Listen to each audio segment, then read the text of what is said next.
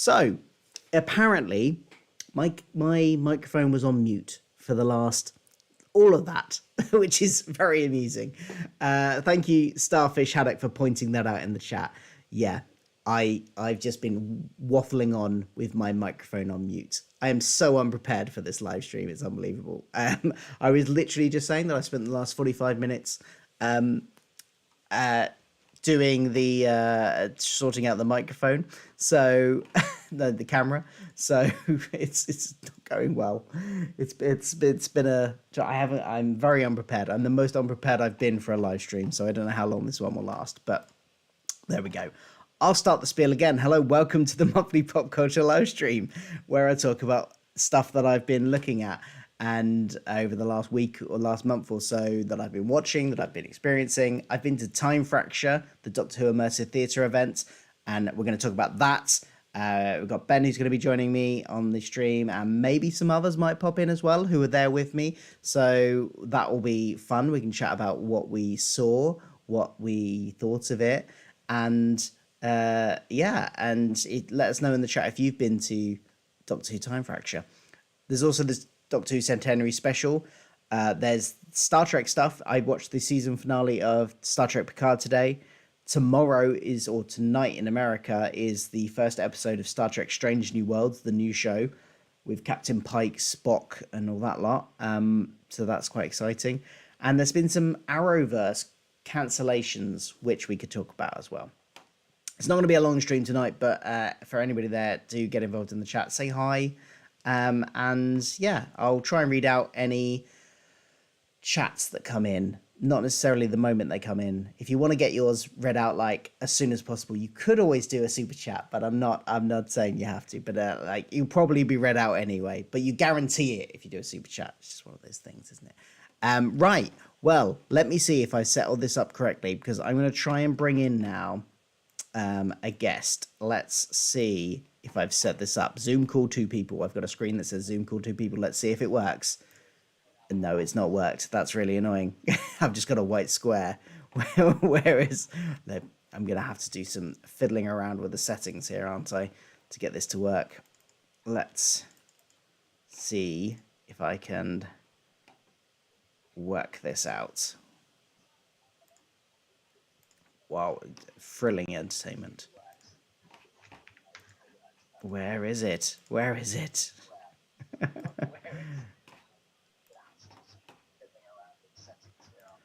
Okay. I think we can hear you. Hi, Ben.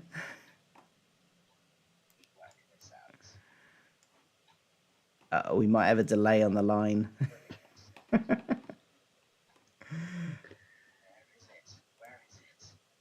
Okay, so I have a feeling that Ben is listening via the stream because I can hear myself on delay through his through the Zoom call. So,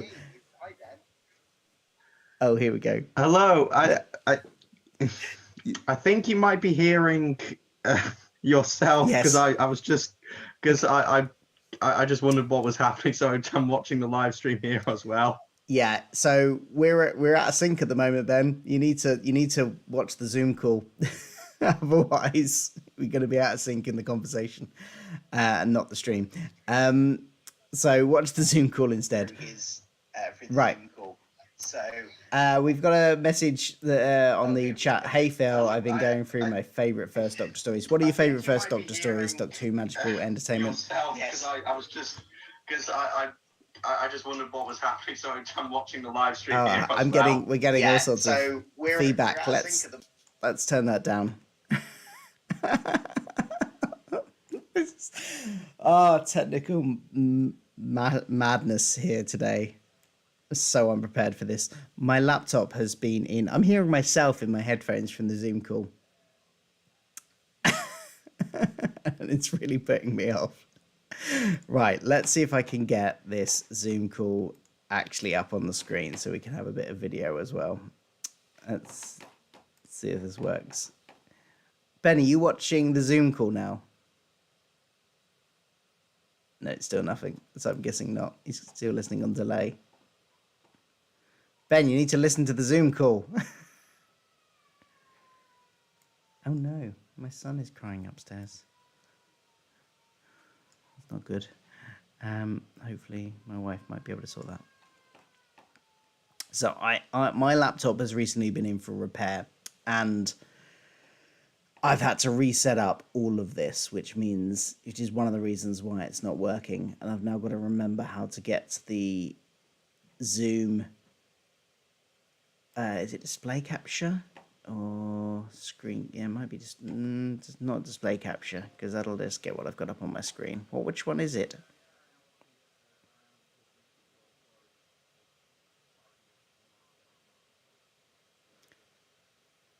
Ah, okay.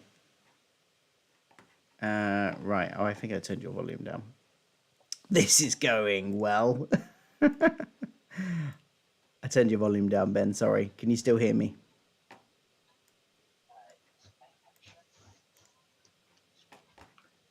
Oh, I know what I did. I put myself on mute on the Zoom call. There we go. Yeah. So you can hear me now. I can there we hear go. you now, yeah. Okay, well, so everybody can now hear you. I haven't managed to get it so that they can see you yet, but I'm working on that. But you came just a disembodied voice. Just as a disembodied voice.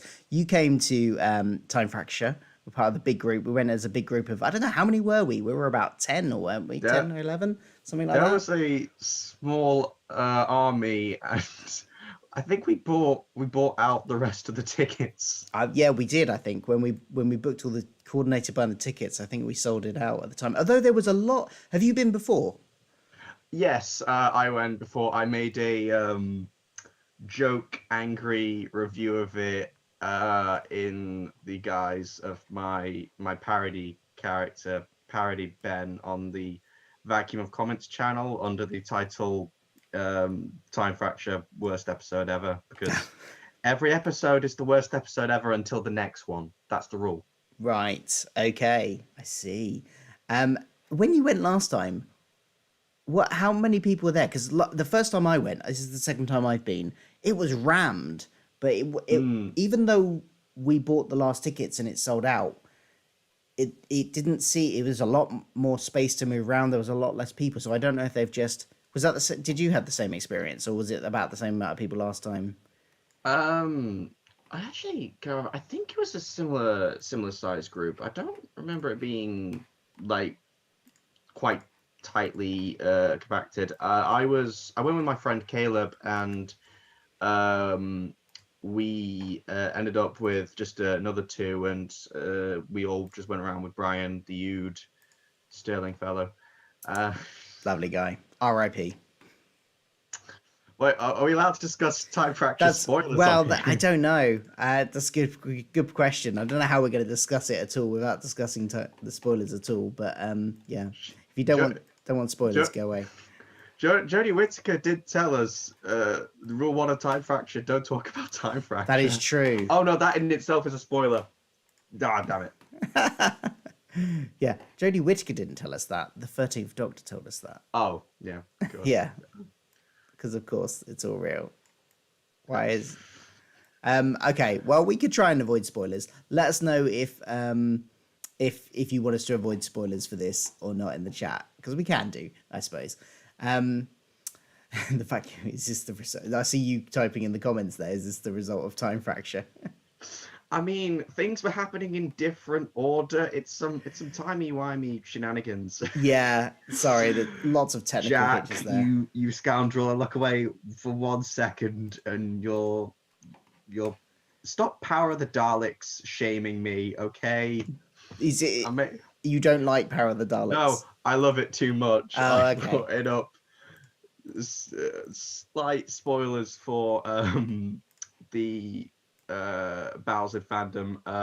You have to pick a favorite second Doctor story and a favorite post regeneration story, and that fits both of those.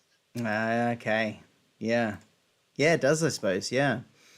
I haven't listened to your episode of that yet, so I don't know who won. That'll be out. Is it not out yet? Okay. No, that's Saturday. Okay. Please tune into Have to that. see, have to listen to ladies and see who gentlemen. I'm going up against in the finale, because of course I won the first round and in the I first won't spoil episode. that. I can't. You cannot spoil who wins. Otherwise, what's the point? You're just there for some arguing. Yeah, absolutely.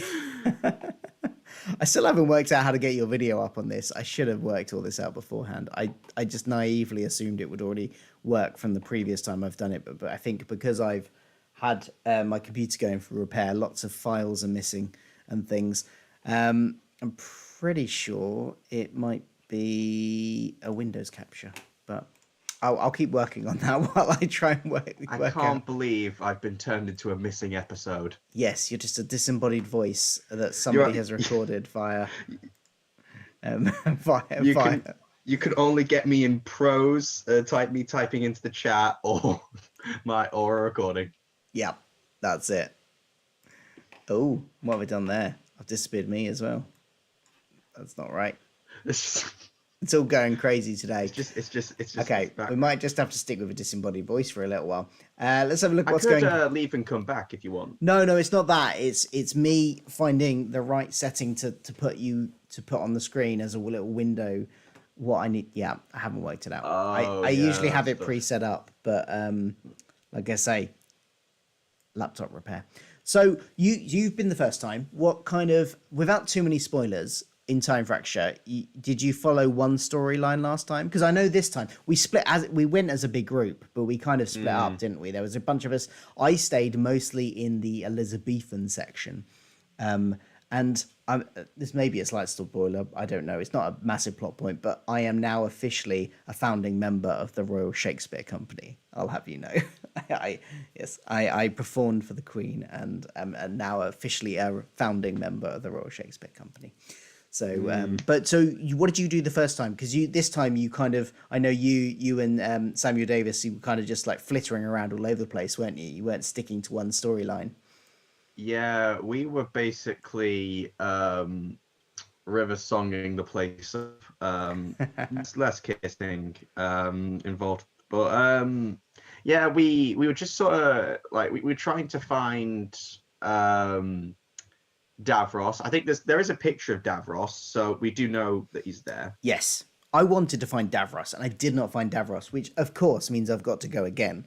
I am going to find Davros at some point in this thing.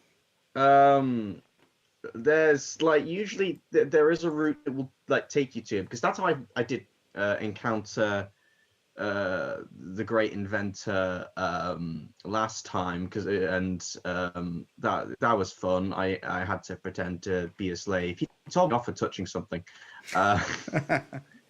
He's a real Nazi about that kind of thing. But this time we were just sort of trying to find the room. We heard there was another bit with him maybe, but literally we were just seeing like the end of it, because I think someone just left a door open and we just snuck in. Snuck through it. Nice.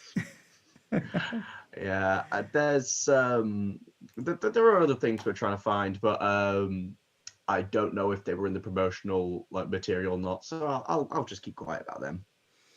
Okay. See, Tim Rob 12 in the chat says, according to the wiki, you can find Davros in the Black Archive, but the Black Archive's in that's in the entrance section, isn't it? That's before you go into the main bit of the thing, because you kind of go in and you're in Unit HQ before you go through the Time Fracture.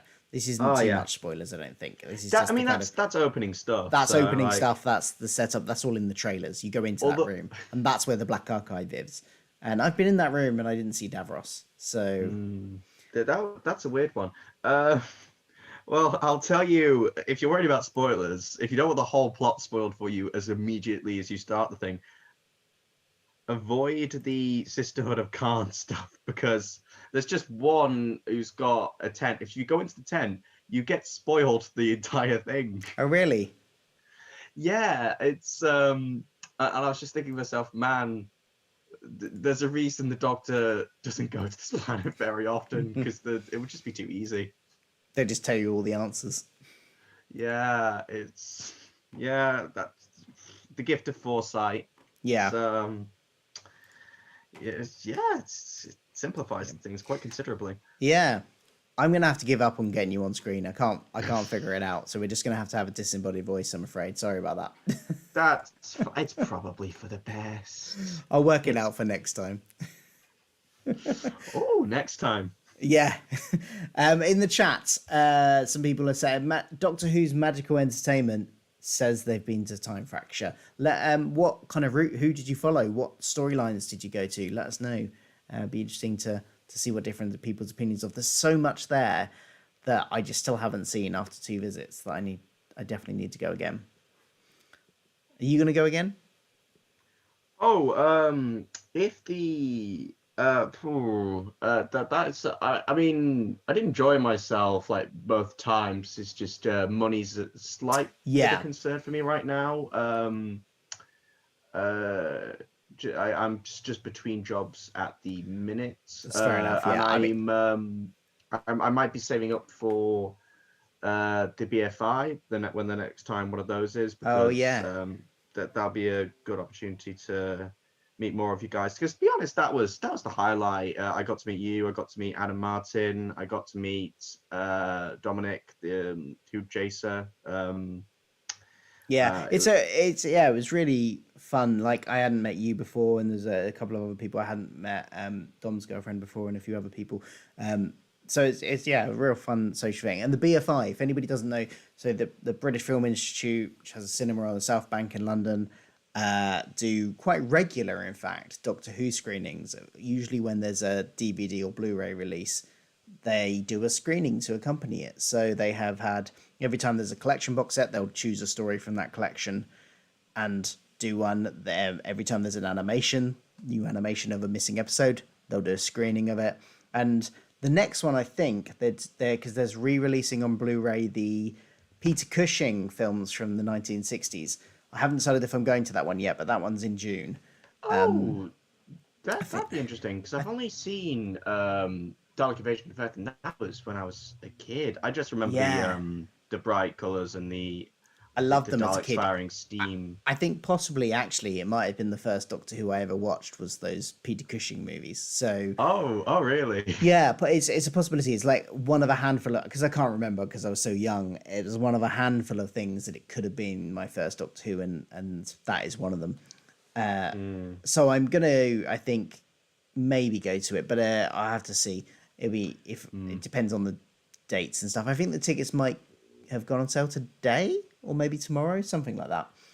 So that's good. But so they do these quite regularly. Loads of Doctor Who fans go, and it's always a great opportunity to meet people and just chat afterwards. Just head to the bar in the BFI afterwards, and it will just be filled with Doctor Who fans. And we're all pretty sociable bunch. We'll happily chat to people. So if you see someone that you know off of YouTube or whatever, or Twitter and stuff, you could probably go up to them and say, "Oh, hi. So did you enjoy the thing? I recognize you from the thing. Did you enjoy the thing?"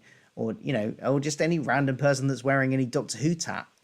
If they got a Doctor Who t-shirt on, they were probably in the screening. You'd probably strike up a conversation about what you thought of the screening and the guests and stuff. So that's another thing. They have like Q&As with people from the show. So the last one I went to was one of the Dalek stories.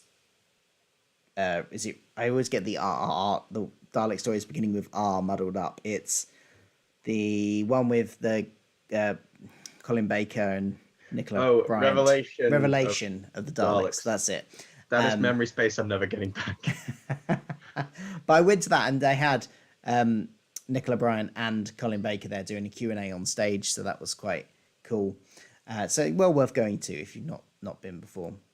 Just gonna have a look through the chat, see what people are saying. Chris Bailey said it would be lovely for them to do a screening up north, even as a one-off. I mean, as a northerner, I've got a bit of bias there. I'll agree with that. Yeah, but the thing is, they're not organised by the BBC. They're organised by the British Film Institute, and I don't think they've got a cinema. Like, they have the South Bank Cinema. They are organising events for that cinema. So it's not like the BBC is organising these. It is the cinema that is organising it, and the cinema is at a physical location in London.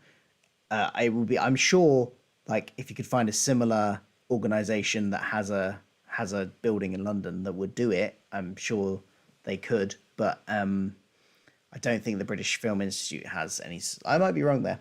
Has anything up north, which is a shame. They probably should do, but I mean, also, I mean, resources. It's a thing. So I don't blame anyone for like not taking a trip up here. yeah, Speaking as a northerner, got a bit of bias there. Some of it's good, some of it's not. It's like Doctor Who. yeah. Jack Alexander, I said I desperately need to go for the first time. Go where, Jack? What are you doing? Are you talking about the BFI? Because you've been to the BFI. No, I think he means. I think Oh, means Time time Fracture, fracture. of That course. thing we Yes, started on. that we've randomly diverted off of. Yes, Time Fracture. Yes, you do need to go. Yes, it is great. I know you couldn't come this time because it was midweek and you were working, so sorry about that. But it's when the tickets were cheap. Uh, it was funny. I mentioned this to you. I think my sister got me the tickets for Christmas, and then uh, right as I was about to go to it, like a weeks away from the first time I went, is when I got out of the group chat and I found out about the 15 quid ones, and so I said to my sister, "Yeah, I'm really sorry." Yeah, because the first time I went, I think I booked like when they first released them, and paid about £60 for the ticket. So this Uh, time it was at London Theatre Week. They were doing a promotion of loads of stuff. Loads of theatre all over London were doing really cheap tickets that you could buy just during this week or couple of weeks. I think they called it London Theatre Week, but it lasted about 3 weeks. So you didn't have to go during that time, but the ticket you had to buy the tickets during that time, and it's £15. So I'll go again if they're that price. I'm not going to pay £60 to go again though. I'll go again. yeah. 20 if anything up to £20. I'll probably do again if they've got anything for that price. What's this? Eric's saying, I'm so jealous as a middle class American, I'll never get to experience Time Fracture. I'm Oh happy so many no. of you have enjoyed it. Oh, yeah, it's a shame that it, can't travel the world and do a tour, but it can't tour. It's just such a big production with so much. You need a location that's permanent.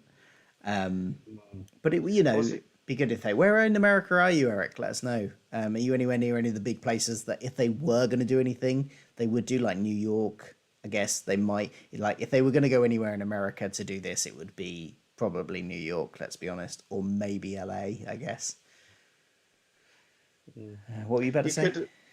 No, I was just gonna say as well, like I was just gonna say, uh, yeah, it's we couldn't really justify Time Fracture as a holiday, like for the family to go Yes. to England Yeah. just for that, and the rest of you is just like we could have gone to France, we could have gone some of those beaches, but no, there's this. I mean, I like Time Fracture, but I can't Yeah. justify that.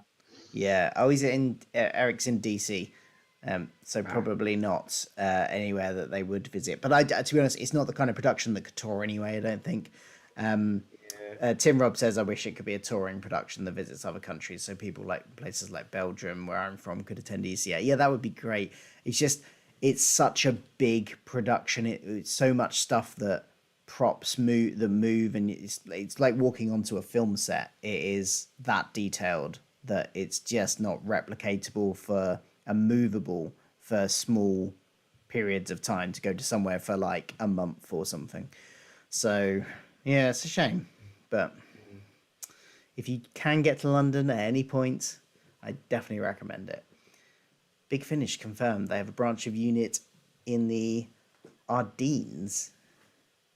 Where are the Ardennes? So it won't be impossible to do it in My Belgium. my geography's Yeah, I don't know where the Ardennes are. I'm going to Google it. Ardennes. It's not coming up anywhere.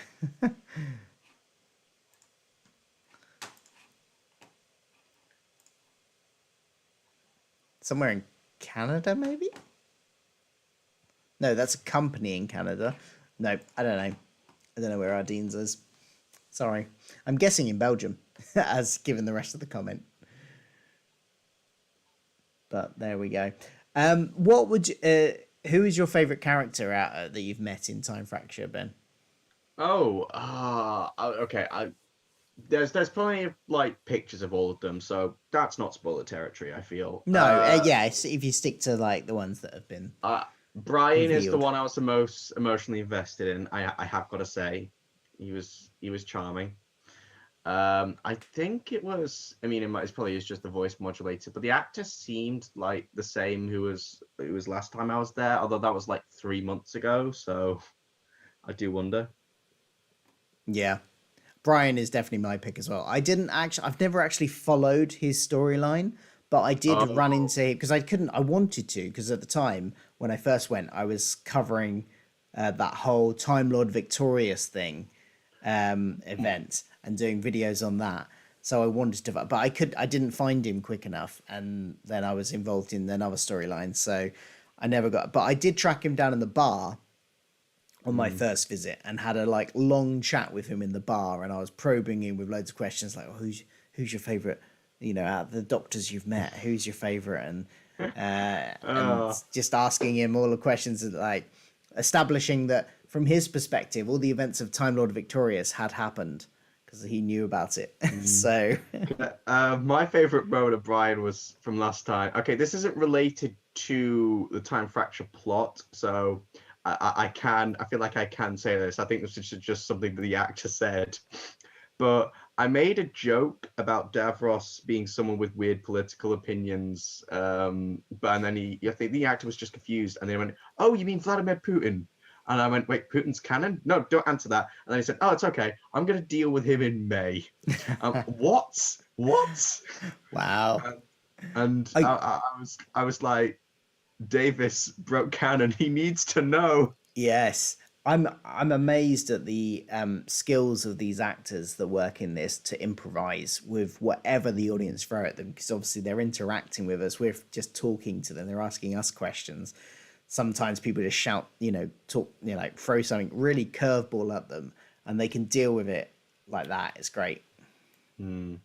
Yeah, and I'm glad they do seem to be. I mean, obviously, I imagine this is the case that they swap around and sort of like just sort of taking turns doing different things. So I don't know if it was the same actor doing Brian or if the voice just sounded the same. Different people are playing different doctors. We see a Yes. couple of pictures of them, so you pretty much recognize the costume and it's a lot of fun, and it really lets them just do their thing. Yeah, it's very impressive. It's very good. We got yeah, there's so much more because like you go down these once you go through the fracture, you go down these stairs. You basically got a choice of left or right. Last time I went right, so this time I went left. But even amongst going those ways, there's still so much more I didn't see on either side that I need to go back and see again. Oh, I didn't keep track of whether I went right or left. I might have gone the same way both times because I did end up at the same place. Where did or So if you I don't go think. if you go right, you end up in the marketplace, All right. and if you go You're left, you end up in straight into the Elizabethan times. That's Oh, probably a all spoiler. right. Okay. Okay. That's oh yeah, it's a little bit spoiler. Sorry, 13. Sorry, the Doctor. We I'd already broke mentioned the the time Elizabethan fracture. times, so All right. Okay. it's fine. And the fact that there's a marketplace, I don't think that's much of a spoiler. That's been in pictures. Yeah. It's all Yeah. good. In fact, the Sorry, Elizabeth we Phil. You're gonna show up. You are gonna show up in the Centenary as a villain, and so she'll kick is your all ass. the Elizabethan stuff, the Queen and stuff. That's all in the publicity. We can see the Queen in the publicity. She's been in the trailers, Okay. so Okay. there's no You're covered spoilers under there. publicity clause. Yeah, it's all I fine. was, I dabbled in that as well. Me and Davis got involved in a coup that's thrown Cool. to disguised as tailors. Okay, that might actually be spoiled. Oh no, I've done it. I'm a villain. Oh No, no. but I was trying to claim England for the North, and Sam wanted independence for Essex. Oh, okay. As a fellow Essex person myself, that's I'll go for that. I'm originally You've from earned it. Essex. You've earned it, you guys. Let's all split up. Let's everyone just go their own ways. Everyone have their own little tiny country. My room has declared independence. There was a comedian guy called Danny Wallace. Have you heard of him at all? He's Nah. done various TV things. He's written a few books. But he did a series once where he tried to declare his flat an independent country, and he was just like seriously trying to do it. But also doing it for fun. He was doing it mainly to get the laughs, but he was like trying to like approaching official bodies and trying to get it declared as an independent country. I thought that was funny. That was good. That was a few years ago. That's great. I love that kind of stuff. Eric asked if there's like a place where the visitors have kind of all pasted together the different events. And, I don't know. And like created a time fracture wiki. That might be that would be good because like you don't have to click on that if you just want to go in blind. But if you want to, like, even that would be good if you've done it once and you're like, oh, if I want to go again and I want to find some stuff. That would be handy. Yeah, I was looking on because there's a page about the show on the TARDIS wiki, tardis.fandom.com. But that's not got like a walkthrough. I don't think it's just got a kind of synopsis and a few story notes. It's got Easter egg. It's got like a section for Easter eggs and stuff, but it's not got what you were talking about there. That would be handy, because then if you know you want, like, I want to see Davros, if somebody could put on a website somewhere what I need to do to get to Davros, that would be quite. I know it kind of goes against the explore and you never know what's going to happen type aspect of it. If you've done it once, I think you've earned a little glance at the old page. Why not? I think so. But so far as I know, nobody's made it, unfortunately. But there we go. Further back up the chat, I was just looking. Chris Bailey said, this is moving on slightly from time fracture, but just finished watching the Picard finale, which I watched today. Benny, do you watch any Star Trek at all, or are you just purely a Doctor Who fan? What other things do I like? That's a very good question. I'm suddenly drawing a blank. No, I've been reading a lot of books lately. Let's go with that. Quite a lot of sort of fantasy, a lot of horror stuff. I recently just finished I Am Legend. Oh, yeah. That was an interesting one. Although I was kind of hoping for some kind of revelation, some kind of eureka moment after COVID. But like, it's just kind of an obvious parallel to draw. It's more just interesting to talk about, I don't know, vampire stuff and how it impacted that. I mean, it's just, I even had a thumbnail made. I read this after having COVID, and now I can't use it. Oh no. I was gonna do some kind of attempt at a pretentious video essay. Imagine Jake Geller, but not good. Sorry, Picard, you wanna? Yeah, no, I was just gonna say I saw the finale today, and there was a cameo in it I really liked, which I won't spoil in case anybody hasn't seen it yet. But just somebody from the Star Trek world that I've been wanting to come back into it since they started Picard, and has. So I was quite pleased about that.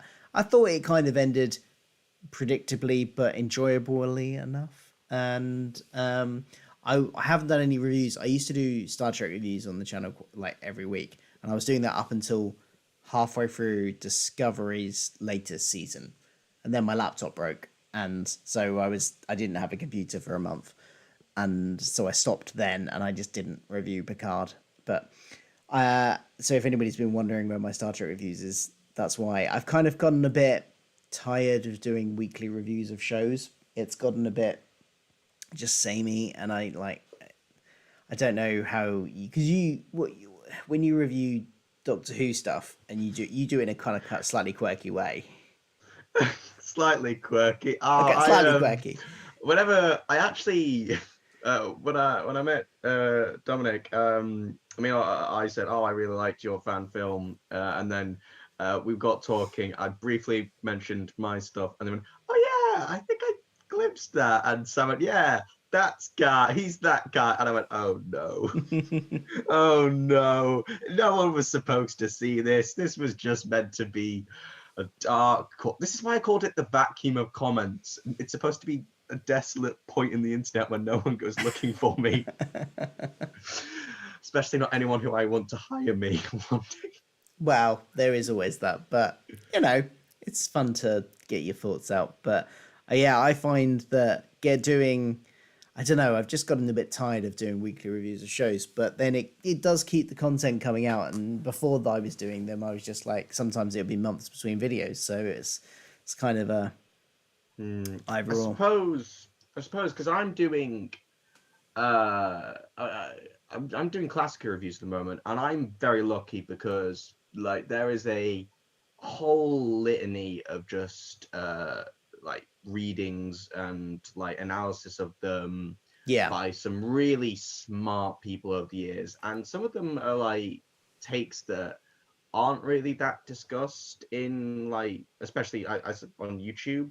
So a lot of the time I am just like reading other people's takes, and I'm sort of reacting to that and sort of just citing that. But I also like try and bring up, okay, what am I noticing about this? Um, and so that's more than enough inspiration for me to just get them out week by week. It's harder coming up with jokes because like for anyone who has not seen my videos, I don't blame you, but if anyone's not seen them, I sort of I did mention briefly I might call every episode the worst episode ever, and I've got a parody version of a Not My Doctor type, and it intercuts between him loudly yelling at the camera with some sticky notes behind him that say his internal thoughts, like "I'm really happy." Yeah, subtle Ben. And then it intercuts that with me watching the episode and just turns to the camera and going, "So this is what I actually think, and I just think it's all right," or something else. yeah. And I just thought, oh hey, that'll be a funny gimmick. Worst episode ever. That calling everything the worst episode ever, and then putting like really clickbait thumbnails, and then just getting comments saying, "Oh, come on, this one isn't as bad as this," and I'm like, I know, I brought this on myself, so I can't really complain about comments like that. And they're not bad. It's just like I was just like, it is a gimmick. It's just a gimmick. Fair enough. Yeah, I struggle to think of things to say sometimes because I'm a type of viewer. I'm not like some people get really passionate about TV shows they're watching when they're reviewing them, either in a very passionately hating what they're seeing, and those really angry YouTubers who are like, "Oh, this is destroying," blah blah blah blah. I'm familiar with them because Yeah. I use them for research. That's Wow. the hard part of my stuff. It's satirizing those people because Yeah. some of them, they're already satirizing themselves, and I think some of them know that. It's what gets them the Yeah. views, and I'm. But Am so I any better? I'm Am like I any better just because I'm I'm not doing it for a joke? I'm not that, but I'm also not like the gushing kind of like, "Oh my god, it was amazing." I'm just kind of like most of the time when I watch most TV, my immediate thoughts and are like, "Yeah, it's all right." And Yeah, you're pretty that's cool. kind of like that's kind of it. And then to get like a review out of it, I then have to like really sit and think about it and go, okay, well, what can I like narrow down on? But like in my general TV watching, when I'm not watching anything, I rarely have, when I'm not reviewing something, and I very rarely have any kind of like really passionate feelings about it. I'm just kind of like, yeah, that was enjoyable. Yeah, I like that. Or sometimes I'm like, well, it was a bit boring, and that was that's kind of the extent of my immediate reactions to things. But then so I'm not. It's not like when I do a review, I'm faking any of the stuff I'm saying. I'm just having to like go to it and go, okay, now I've got to think about it and actually go like, okay, and like try and think back on it as like, okay, why have I just gone, oh yeah, it's nice, or why have I gone, and try and delve into it a bit more. But it's quite a, it doesn't, that kind of like information just doesn't come up straight away to me. So I have to kind of sit and think about it. Yeah, I'm usually the same with my immediate reactions. Like even the newest one, Legend of Delves. I know everyone's made a big thing about it, and like uh, even at the time, I wasn't angry. It just like even though it's not one I'm really keen to rewatch again. Like, and I can't think of that many things I really like about it. It just sort of I just sort of left it just hurt my head a bit watching it, and I'm going, that's kind of unpleasant. And I just noticed that, you know, they're not really doing much with the Sea Devils, and Yeah. I'm kind of going against, you know, what Malcolm Hulke was trying to I do with must them. admit, the latest episode was one of the ones I've been most disappointed at in the series. I think because my expectations were quite high for it, and then so it was just it just wasn't. Again, I came out of it going, "Oh, that was a bit boring." Yeah, I actually went in with lowered expectations Okay. and yeah, got, well, not disappointed, but it was just like, okay, I won't expect a masterpiece here because it's Chris Chibnall doing a historical piece and it's got a classic Who monster, so familiar territory for this era. So that's like Haunting of Villa Diodati, Yeah. that's parts of Spyfall, Resolution, and some people like them, some people dislike them. I think there's decent points to be made on the side, so either side. So I'm going, okay, I'm expecting that level of stuff. But yeah, I mean, I'm probably just too close to it because again, Malcolm Hulke's a favorite writer of mine. Yeah. I like all of his stuff. The first ever classic Doctor Who story, still one of my favorite stories, is one no one has heard of. It's Colony in Space. It's never talked about, but I genuinely still think it's actually quite a good story. I think it's Roger Delgado's Master's best story. Okay.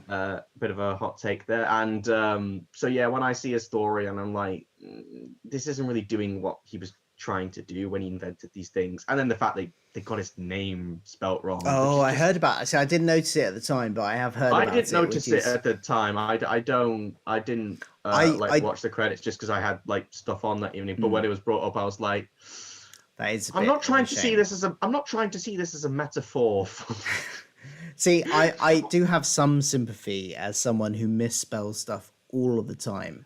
And I've done this like in things where I've like designed programs for local theatre things and I've spelt people's names wrong and I felt really bad about it, but I just didn't pick up on Oh, it. okay. Even though I looked through it and proofread it, I still didn't pick up on it. Partly that's because I'm slightly dyslexic, but it's Oh, so I have okay. a slight sympathy for whoever typed that up, but it's still a bit of Hmm. a shame, isn't it? But Yeah. there we I go. just think, I mean, yeah, obviously production, like pandemic issues, and we are lucky to be getting anything at all. That does sound like me making excuses, but these have been really difficult times. I do appreciate that, even if I don't bring them up in the review and I come across like a dick. Am I allowed to say naughty words on here? Some of them, Dick is fine. We can So say that. Dick Yeah, is fine. I mean, that's fine. it's name. It's spotted Dick. Yeah, Dick is the name of a childhood hero, Dick Grayson. So it can't be a bad Robin, word. indeed. Robin. Yeah, yeah. My It was son. so bizarre to see Robin in Time Fracture. I can't remember if it was you I told this story to, but my son, when we were there at Time Fracture, but my son recently has been he's starting to speak. He's 2 years old, and Oh, he's starting to get words, and he was watching. He can't always get them right though, so he gets them slightly wrong. So he was watching a program called Stickman, a little animation called Stickman, but he can't get the sound, so it just comes out Dickman. So oh, when he when it came on, he was like Dickman, and then throughout it, every time Stickman, who is this little amorphosized stick person, it comes on the screen, he was like Dick, Dick. And then at the very end, when it ended, he waved at the screen and said, "Bye-bye, Dick." And, It's it was funny. your son is the world's youngest heckler. Yeah, it was funny. You gotta love when toddlers do things like that. There's another one. I Uh, won't say maybe I won't say the word that's said, but a friend was saying that their child used to say, well, used to mispronounce clock, and you can oh right, probably work yeah. out what would that would sound like if you missed out the L. Oh yeah, So they'd yeah. just be like in a shop and they'd point at a clock and yeah, toddlers, they're great. Um, Endless sources of humor. Oh yeah, that happened when I was a kid all the time. I'm always Yeah, being yeah, reminded of how I mispronounce things. yeah. And just people, don't you? And when I say something, oh, it's a guitar, don't you mean guitar? Oh, for God's sake! um, Perception Poet is in the chat, says hey Phil, and also completely random, but the cliffhanger, though the master looks he means business. And do you mean in the I assume you mean in the trailer he looks like he means business. If only Chibnall could give us more answers than questions. Yeah, he's got one episode left to answer any questions that he's raised up. Oh, we're talking about the That's Centenary now. Yeah, You know, let's do it. Let's talk about the Centenary. I've actually had very little thoughts about the Centenary, although I am morbidly curious to see, well, not even morbidly curious, just sort of curious to see how Chibnall is going to do a regeneration, because Hmm? I actually think, have you seen Torchwood? Yep. Like the series one and like the series two finale, Exit Yeah. Wounds. Yep. The one where spoilers for the chat for Exit Wounds for Torchwood, where Owen dies. Have you noticed that's a little bit? It's not the same scene, but it's got a little bit in common with like Tennant's scene, like in End of Time with the radiation chamber. But yeah, you might be right. I mean, I don't think I've watched it in about 10 years, so Yeah, possibly. it's a good scene. I mean, both of them are good scenes, but like the actor plays Owen. Oh, I've lost his name. Burnt Gorman. Burn Gorman. Yeah. He's killing it. I mean, he was always consistently just knocking it out the park in Torchwood, but in that one, he's great. It's it's difficult to like. I'm comparing it to Tenet, and I'm saying going on about how good it is. That is praise alone, and I think the dialogue Chibnall does give him is pretty good as well. Yeah. And so I did wonder, because that came obviously before End of Time. Was Russell a little bit inspired by that? Like, not as, I mean, Tenet scene is definitely its own thing. But I'm just looking at that going, oh, it's got some DNA. That's kind of cool. That I if you want to give Chibnall credit for anything, it would be pretty cool if we could credit him with inspiring um, a little bit the End of Time, which, you know, a little bit contentious within the fans, but like the public generally thought it's generally considered one of the greats, because it's like you can say to anyone, I don't want to go, and that'll bring up some Yeah. emotions. Yeah. Are you what about the stuff that we saw in the trailer? Are you excited about Ace and Tegan coming back? I mean, I like both characters. Ace is the prototype for all the New Who companions. Yep. So bring her back was just, I'm honestly surprised it's just taken this long. And there's been like so many expanded media has just come up with so many different like endings for Ace. Yes. It is funny. I did actually pick up at Chaldon's End, and I've got it on audiobook. So I wanted to get into more 13 expanded media. So I might give that a listen and see if I can get a review out of it. Tegan, that did surprise me a little bit more. She's not a terrible companion to bring back. I do like, especially in stories like Kinder, Snake Dance. She's the highlight of Resurrection of the Daleks. Um, I, I suppose we'll find out why Chibnall's brought that specific character back because of I imagine it's going to be a specific story reason. Stu Bagfall did have a theory for it that it's going to be the master. Okay, but if this becomes true, blame Stu Bagfall for this spoiler. He had a theory that the master is going to use old companions to show Yaz how they end up leaving him and how I heard the doctor. that. Yeah, I mean, that's not a terrible pitch. That's a little bit. It's got a little bit of DNA with Journey's End. I mean, Davros didn't get all the companions there, but like loads of them are all back, and he's showing a clip show of. There's a clip show of all the people who have died under this doctor's watch. So yeah. it's got a little bit in common with that. I could see that happening quite easily. My main concern is if something like that happens, and I think there's a good chance we're gonna get more old companions in past these two that have already been revealed. If that happens, one of Chibnall's. Every showrunner has strengths and weaknesses. And I think one of, Russell T Davies had weaknesses, Moffat has weaknesses. One of Chibnall's weaknesses is when he has too much in a plot, handling the distribution of going between the elements and feeling satisfied with how much you've had with each element and feeling that their stories have properly been told. I just think like, when he brought Jack back in the New Year's Day special, it kind of felt like he wasn't used. He was just kind of there to say a couple of lines and to be Jack and to surprise people, but they didn't really use him at all for anything.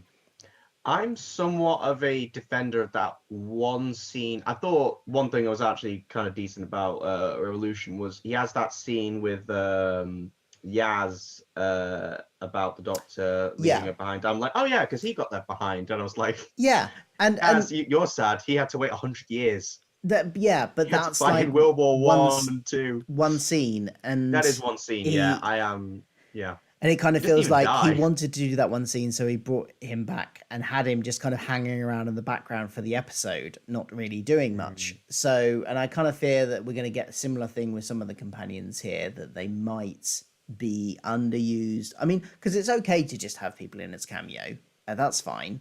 But, or like with Kate Lethbridge-Stewart and Flux. Yeah, I was about to say. What was the point of her being there? I think Kate Stewart got about as much to do in Time Fracture, and that's in the promo, so I can say it. She got about as much to do in Time Fracture that she did in the Vanquishers. Yeah, so I'm just a bit worried about that, but I'm hoping that will surprise me and that won't be an issue. But if he tries to cram too much into it, I think that might be a bit of an issue. But we'll see. Mean, yeah, I wasn't. That's everyone's pointed that out. It is a pretty. It is a pretty clear thing. It's just going off track record. It's just pattern recognition. Yeah, I do appreciate that you have got me on screen in some capacity. Yes, and so I thought I'd get one of the pictures up of us at Time Fracture so that people could see. Yeah, it's the whole group. So you are bow before your saviors. In your we saved the universe. In your Ninth Doctor cosplay there. I'm in the just left corner, just in front of the guns. Depending on which photo it is, I'll either look decent or my face will look like it's made out of plastic. I can try and zoom in on you. There we go. I'll make this larger so we can see you a bit better. There we go. I'm going off just this. Oh, you're a bit behind on watching the stream, aren't you? So that'll grow in a minute, and you'll see yourself. One sec. The anticipation's building. Anticipation. No, what do I look like? Do I have a pretty smile? No. Oh, here we go. There you go. Is it? Hold on. Yeah, it's still the same size it was from this. I don't know, because I You think must it's be just further behind than I am yeah, then. yeah. I think I am. I mean, I can't. I mean, I think that's fine. I think Yeah, that's there we go. In the they can see the jacket. That's the important thing. yeah. I have a great one. Of just me looking sad in front of the TARDIS. Yes, I've seen that. Samuel Davis tweeted that out earlier, didn't he? Oh, Or that was retweeted your tweet of just it. that was that. These are all. If I'm tempted to see if I can get another worst episode ever review out time fraction hour I've been again. Yeah, why not? See if I just have enough jokes for it. Yeah. And because I managed to milk 5 whole minutes of me just making up fake There's another. complaints. I'm bringing. You won't see it for a few minutes, but I'm bringing another one on, which is me, you, Rory, and Sam. Rory, as in Rassilon Yes. Productions, for anyone who didn't know, his Oh audio yeah, dramas. meeting him was great because I'm gonna be yeah, because I'm doing a little bit of Oh, nice. writing for him. Oh, cool. I think I'm allowed to say that. Rory, am I breaking our contract? I'm Uh, sorry, he I'm he sorry, was saying Rassilon. he might be here. He was going to join us, but he obviously hasn't got back from wherever he was going to be. Never mind. It's not Dark Days. I can definitely say it's not Dark Days. Those are those all written? Does Roy write all of the Dark Days series? I need to watch more of I them. don't know. I'm not sure. I think he might do. The man's a Gonna be genius. voicing one of them. Oh, that's So cool. that'll be quite fun. I've recorded a little bit already, but he's still writing the script for it. So Hmm. that'll be quite fun. But yeah.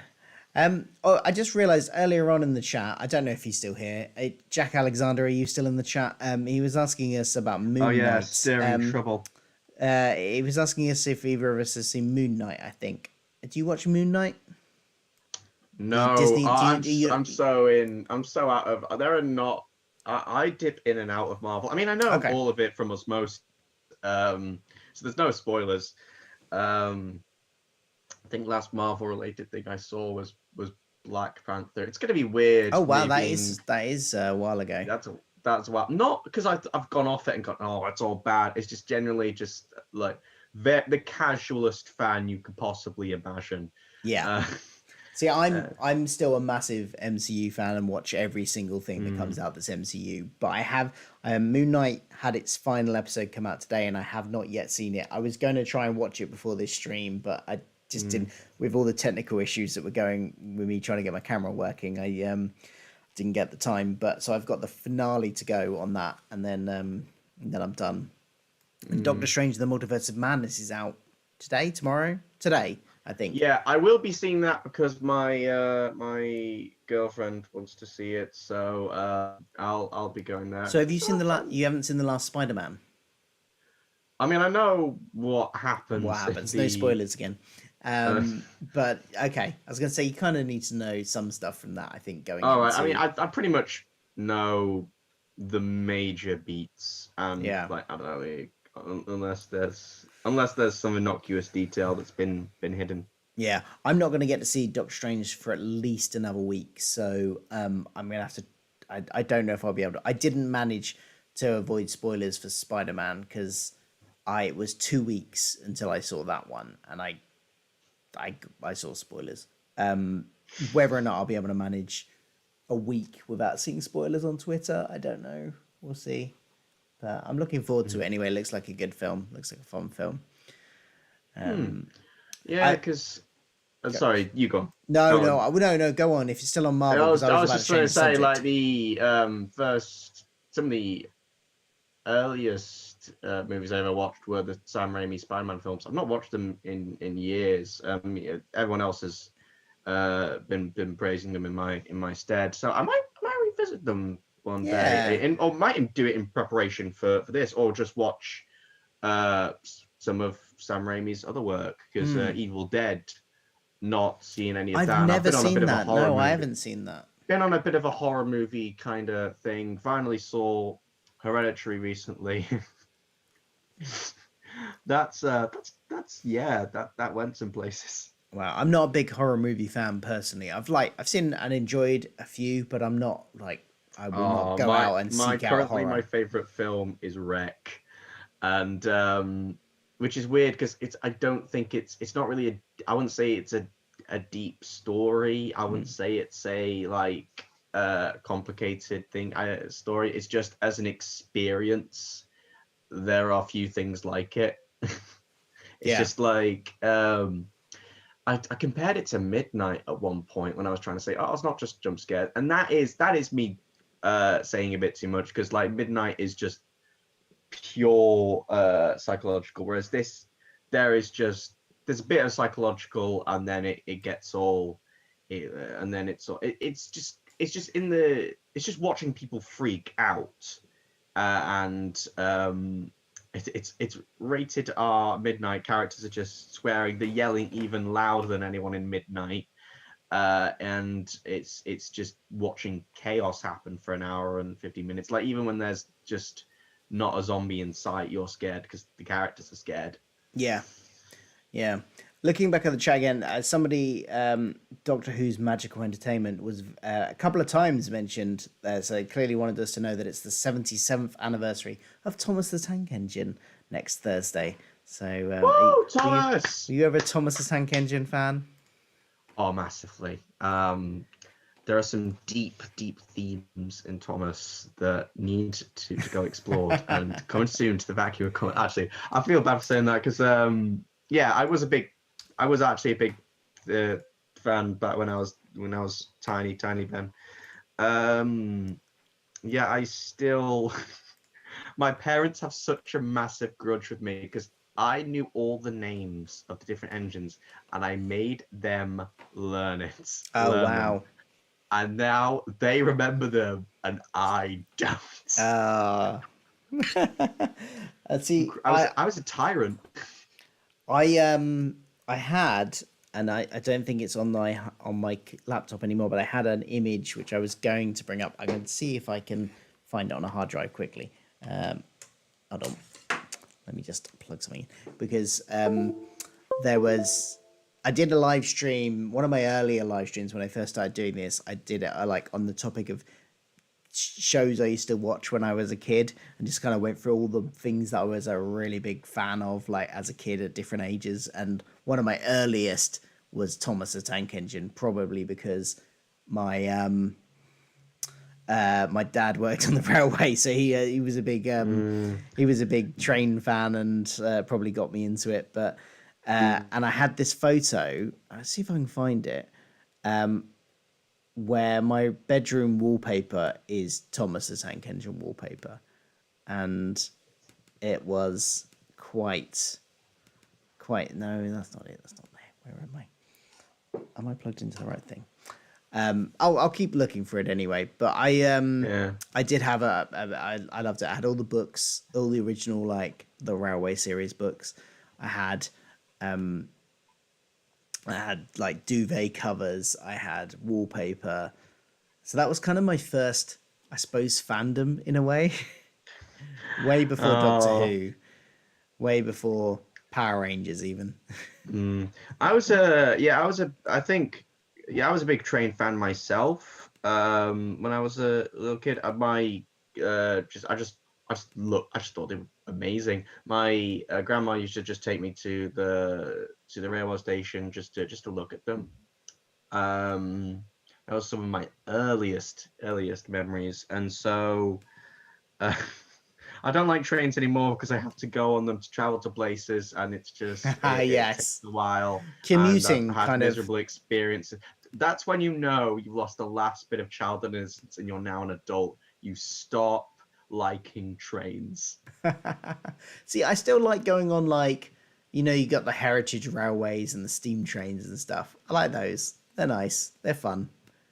Yeah. I went to the Isle of Wight on a holiday last year, and we went on a steam train there, and it was we discovered that because we went into the first class cabin, and we discovered by going around the museum later after we'd been in it that we had been in the same first class cabin as the Queen.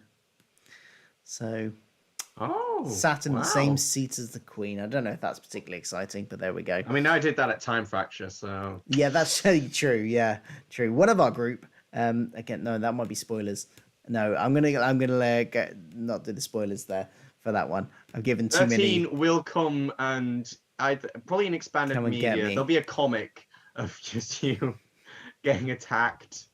And she said, "I told you, first rule of time fracture." Yes, I don't. Can you see the picture of young me up on the screen with my Yeah. Thomas the Tank Engine wallpaper? Oh, That's my Thomas the Tank yeah. Engine wallpaper I used to have. Oh. Like, it's hideous wallpaper. It is absolutely hideous wallpaper. I just love that image of tiny you next to Sam. Just Oh, doing that yes. pose. There, I want Yeah, I that Big moved it Finish out. box set. Yes. Anyway, that's little me when I was about 7 or something, 6 or 7. Now, With Jack my hasn't reached his hate of trains yet. How much do you travel, Jack? I mean, I'm bitching about them, and naughty word. Don't point it out, Ben. I mean, I'm moaning about them, and I don't even travel that often. It's just, I about like maybe once a month, or once every like 2 weeks, every now and then. So maybe I mean it's very easy to get me to dislike something. I feel that might say more about me. maybe. I don't hate Maybe trains. I just hate commuter maybe I'm a bad. trains. I don't hate them. I've stopped finding them likable. Eh. Yeah, the problem is me. The problem is me. It's just this has been very therapeutic. Thanks, Philip. Jack freaking loves trains, he says in the chat.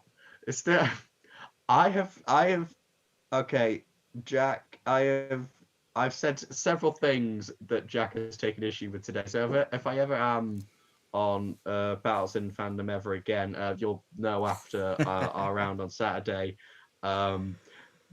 Jack won't be able to be an impartial judge. I'm out of there. I'm out of there. Oh, apparently that same Thomas wallpaper was featured in Only Fools and Horses, according to Doctor Who's Magical Entertainment. I'm gonna. What episode? Can you tell me the episode? Because I will go and find that. I want to see that and go. Hey, I had that wallpaper. I've not seen Only Fools and Horses. There's like I was trying to get into. I was getting into like I had a point in lockdown where I was getting into like old or slightly older comedy, and because I love that stuff. I love that stuff. Haven't seen most of it. But I think I stopped. I think Faulty Towers put me off just because I'm like, yeah, John Cleese has become this character. Yeah, true. His old age. Yeah. Which is a shame. I've enjoyed his work, but yeah. Yeah. Jack Yeah, says it's trains are better than driving. I mean, I don't doubt that Jack, but I've still yet to pass my test. So don't worry, I'll join you in the I think driving is stressful if you've got to get somewhere and you're stuck in traffic and you're gonna make you late. But I think actually I don't mind driving generally. If I've got as long as I've got a comfy car with a nice seat and I've got my cup holder, ideally with a coffee in it from the coffee shop that I've collected before I've set off, then I don't mind a little bit of a car journey. Stick a Big Finish on the stereo and listen to an audio drama as I go. I tried to do that on the way back from somewhere the other day though, but the kids were in the car as well and they were just being too noisy. And I was like, I can't hear Paul McGann. Can you please be quiet? And they just weren't being quiet. So I had to postpone my listening of Stranded 4 to another day. I like the idea. It doesn't quite work, but I just like the idea because you weren't lost. You were just like stuck. So I just like the idea of just someone actually being lost in a car journey and they're listening to Stranded. Yeah, true. Yeah, that would be good. The one time I actually did try to get to listen to a Big Finish audio in the car was was an Eighth Doctor audio, but Lucy Miller. It's one of the last ones. It's Lucy Miller to the death. It's a two-parter on 2 different CDs. That's an infamous one, and it's known for being bleak. And I think it's gotten bleaker in recent times because it isn't. I can spoil this because it's part of it's the opening stuff. Like that they say this very early on. The plot is Daleks wiping out most of the world with a virus, Ah, and yes. hospitals can't cope. I And remember I was that, yes. listening and I was listening to this on the way to a hospital, and my sister just turned to me because she was just taking me there to get my foot sorted out, and she just turned to me and went, "Ben, why? Why?" And What? I'm turning it off. I'm turning it off. I get it. I get it, Frankie. Yeah, not one to be listening to now, maybe. Yeah, that's my only reason I've not. I've not Yeah. listened to any more Paul McGann's. I've been putting that off for a while. I think I might restart that because I've like so many of it. I'll probably have a different take on it by now, so I might start again from Storm Warning. I've been listening to Ninth Doctor audios. There's a new one out, Um, isn't there? yeah, I haven't listened now to the new one yet. no, I'm holding off on buying it just because I did buy the first four like straight away. Ninth Doctor's my favorite. Um, and I bought those just straight away as soon as he came back, and they're decent listens. So I had to tell myself a couple things. Okay, Ben, it's not quite going to be the same character as it was in 2005 because it can't be because it's different writers, whole different like team making it, and Christopher has gone through so much stuff, and he's 15 years. It's a long time. He's going to be a bit of a different person in like even in the like. There's a lot of variables, and he's seemingly in a healthier place than he was back then. So I've been kind of reading them as okay. This is the Ninth Doctor post series one Hmm. because that just makes sense. Oh, Like okay. I don't really have an in universe canon explanation for this. It's just how I read the character, or how I read the story. You know, like Yeah. you can, although they do contradict that one in the latest, well, not the one before this one, the Cybermen with the one with the Brigadier, the Old Friends box set. Hmm. They do mention that he's been traveling on his own, new doctor, new way of doing things, and so that makes it kind of seem that it is before Rose. Although by that point they were giving him a they've not been going too much into some of Nine's traits from series one of Doctor Who, but like I saw tiny like bits of it there, and but I am appreciating that he's able to get to do new things with it. Like Planet at the end, I think really benefits from like going in its own direction, especially with his performance. He's able to do new things with the character that he wouldn't have done on screen. Yeah. Yeah, there's just one scene of him just kind of just losing, being kind of hyperactive in a way he wasn't really on the show, and it's lovely to listen to. Um, Yeah. Jack so Alexander says, to be fair, I spend most commutes listening to Big Finish. Yeah. mm, We have a rule in my car that whoever's driving controls the stereo. So usually when I'm driving us any long distance, like to visit family or whatever, I put on a Big Finish, and then when my wife's driving, Radio 2 goes on. So that's usually the way it goes. Um, mm. but sometimes I have to turn the Big Finish off just because I can't hear it because the kids are being too noisy in the back. It's nice when they go to sleep on a long journey. That's when I can stick the Big Finish on. Mm. I ever, you ever, which Big Finish do you put on for? Because I am worried about some of them. I like, I imagine you've already like thought through this because this is a full-time gig for you. You've got to think about stuff like all the time. Well, One of like the early, like, or some of the early Big Finish stuff, or even anything Rob Shearman has done, like it's good. I just wouldn't want a kid to listen to it. yeah, maybe there has been like one or two times where I've been like, oh, maybe I should turn this off, and I've switched it off for that reason because it's been like, I don't know, particularly like horror, gruesome, like people dying noises and stuff like that, and it's like Yeah, I don't want to even like freak him something out. recent, like the War Master, like there's a scream at one point. Going, wow, that actress Yeah, went for it. yeah. So I have in the past turned them off for that reason as well, just because I like this. Okay, this is veering a bit into the maybe slightly inappropriate. Yeah. But it is Doctor Who, so it's not going to be like massively inappropriate. They do tend to Well, stick within. well, Minuet in Hell, I think goes. Well, yeah, okay. Let me clarify. That's The more recent stuff that's yeah. come out, the stuff that they've been producing since the TV series came, That's like the yeah. stuff they made That's before that, the Wilderness era was a very different time, a very different time. and It was a very they were different pushing time. the bar a lot more then. But yeah, some of the more recent stuff they tend to stick to it being appropriate for children. Yeah. If not, certain like some of the horror stuff might be scary, but Doctor Who has always been scary for kids. They either Yeah. put up with it or not. Yeah. Yeah. I've been watching it with my girlfriend for the first time, starting with series one, and we came across a couple of scary ones. I'm like, I watched this when I was 5 or 6, and she was like, "What? Why would anyone show this to you?"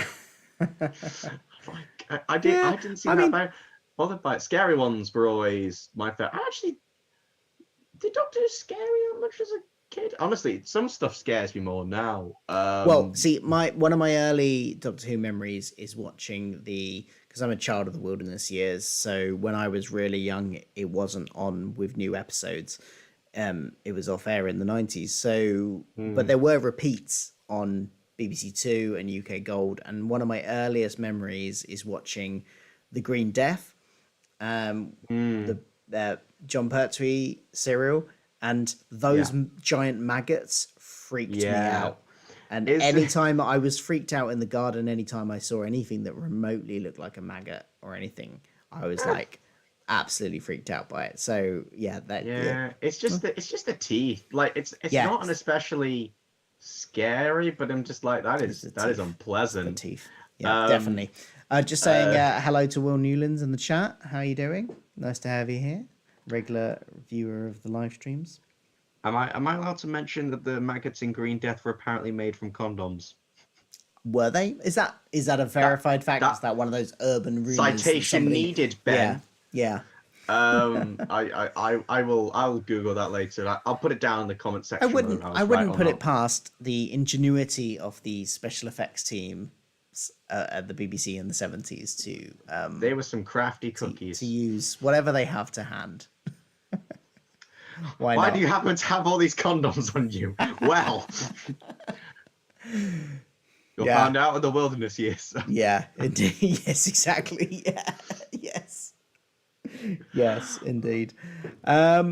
Yeah, well, there we go. I've had an image of Back to Earth, the latest thing up on the screen. That's because we were talking about the Ninth Doctor earlier, so that's Yeah, the latest so I one. think I'm from now just because again money's tight.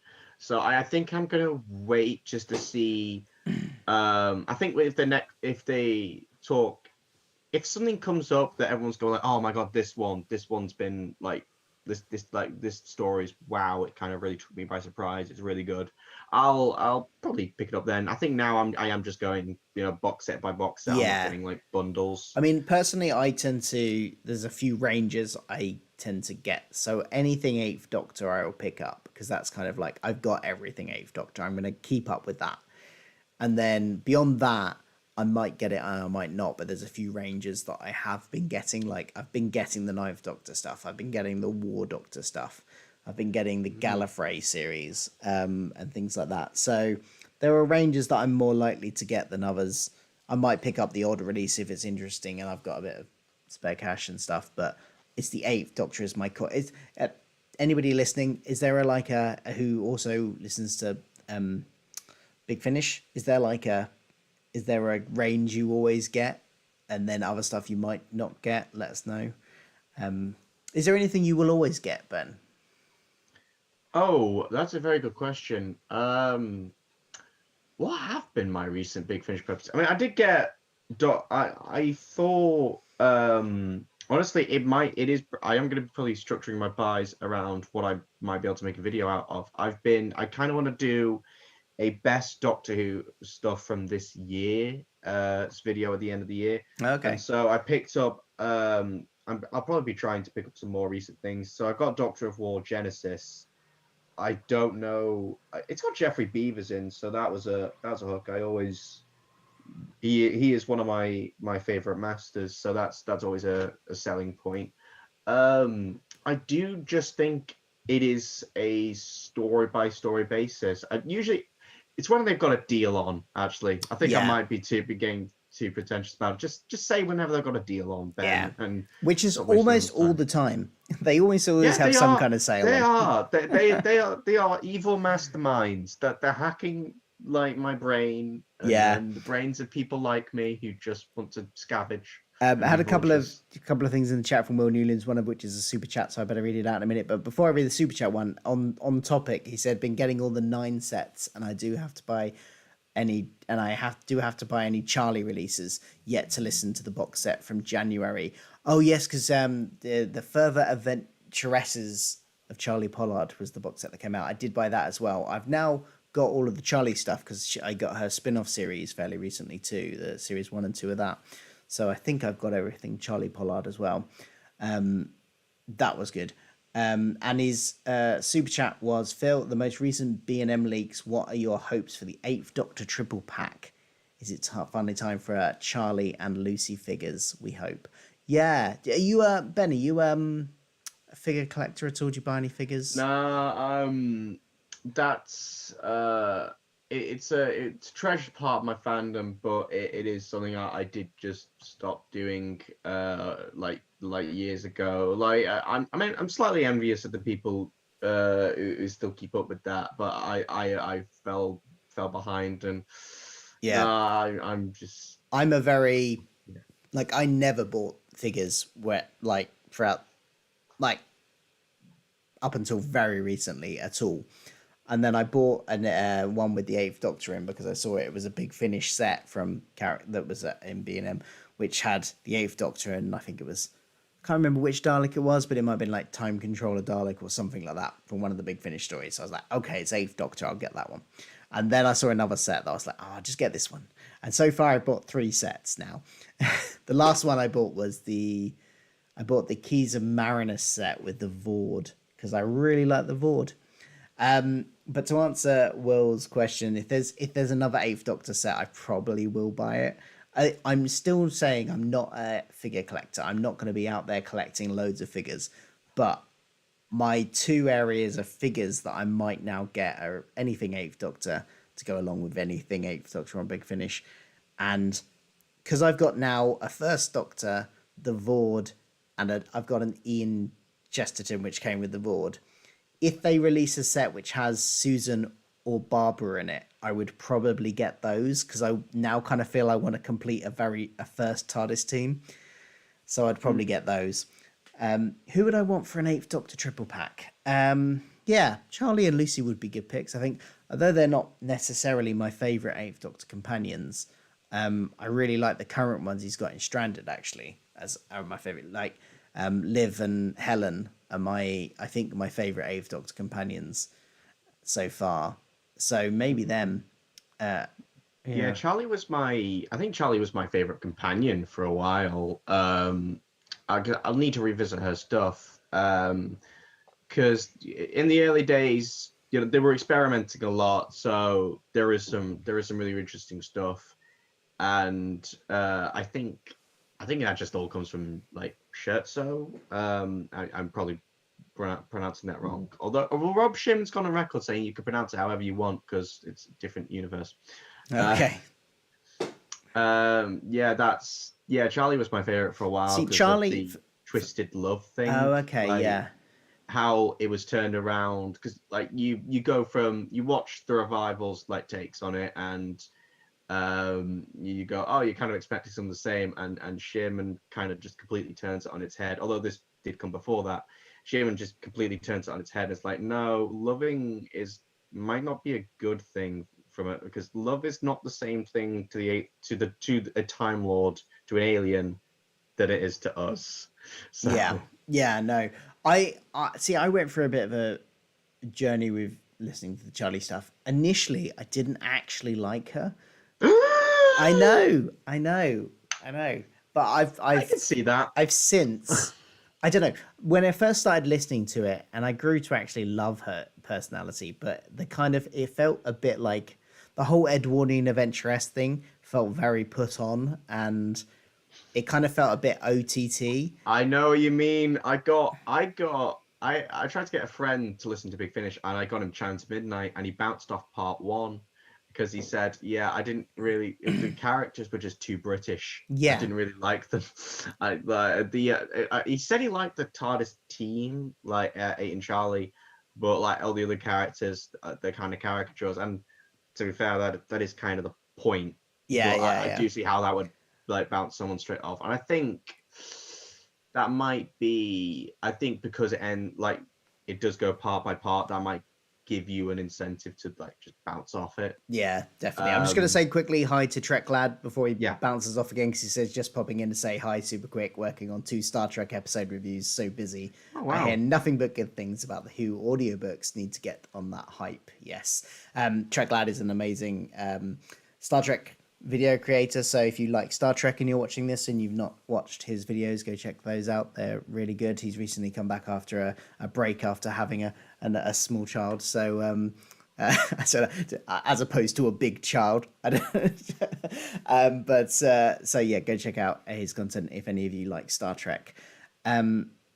Yeah, so what were we talking about? Big Finish and the figures, weren't we? Yeah. Oh, Will says he managed to get the 8 and Dalek pack from 2013 today for 50 quid instead of 80.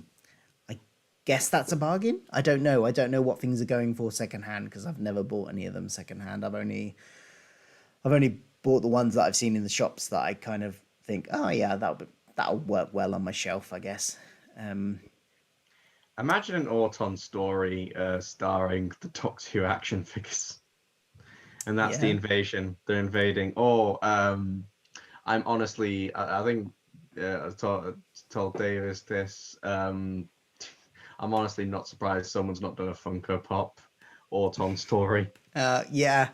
Maybe that's just too obvious. That's just low hanging fruit. There'd be some interesting rights issues there, I think. But or just create an allegory for it. Yeah. Just I'm gonna stick the image of us at Time Fracture back up. Yeah. Just to be a background. We're not talking about the Ninth Doctor anymore, so let's stick us back up there. Bye, Chris. Oh, Treklad wants a recommendation for his first Doctor Who audio book. Right. Now, do you mean audiobook or do you mean audio drama? Because I'm a stickler. Oh, no. Okay. The Big Finish mostly make audio dramas, which are full cast. It's acting, it's not a narration. An audiobook has narration. They are different things. Wasn't this your debate about in fandom? I can't remember who won now. I can't remember. It might have come up, but I did once get into a bit of an accidental Twitter spat with Neil Gaiman about it. What? Neil Gaiman? Yeah, I know. I feel really bad because I love Neil Gaiman, but he had his Sandman, what I would call an audio drama, coming out. It was full cast. It was acted. It wasn't narrated. So it was a Sandman, but somebody else actually referred to it as a audio book, and I was like, oh, isn't it an audio drama? And then he chipped in saying, no, it's an audio book because it's a true adaptation of the book. And I was like, that's not the definition of an audio book. And like, I've worked in audio drama as well, so I was like, but I was also like, it's not I'm arguing with Neil Gaiman about this, and I feel really bad because I love Neil Gaiman over this. But I'm a stickler on that. Internet beef with Neil Gaiman over this. I know, it's terrible. Let it go. I've started beef for less. Yeah, so I hope he hasn't held it against me, and I certainly don't hold it against him. He's entitled to his wrong opinion that it's a... Oh, no. Don't make me choose between you and Neil, Philip. Yeah. He doesn't know I exist, but I don't know. I want to get invited to one of his birthday parties. Yeah. So anyway, Trek Lad, if you want a recommendation, what would you recommend? What was a good place to start with Big Finish stuff? Well, I failed at this. I started Chimes and it bounced someone off.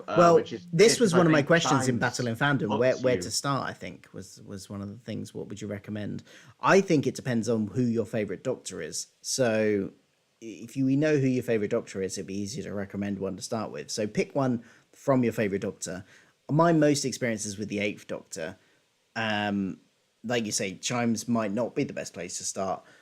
Maybe something like Blood of the Daleks would be the good place to start for the Eighth I Doctor. think that is actually where I started with 8, just because I think I did 8, I did Blood of Daleks, and I did something like Sword of Orion, and I just bounced Yeah, around a bit because I was listening to them on Spotify, so it took me just a second to grasp the yeah. chronology.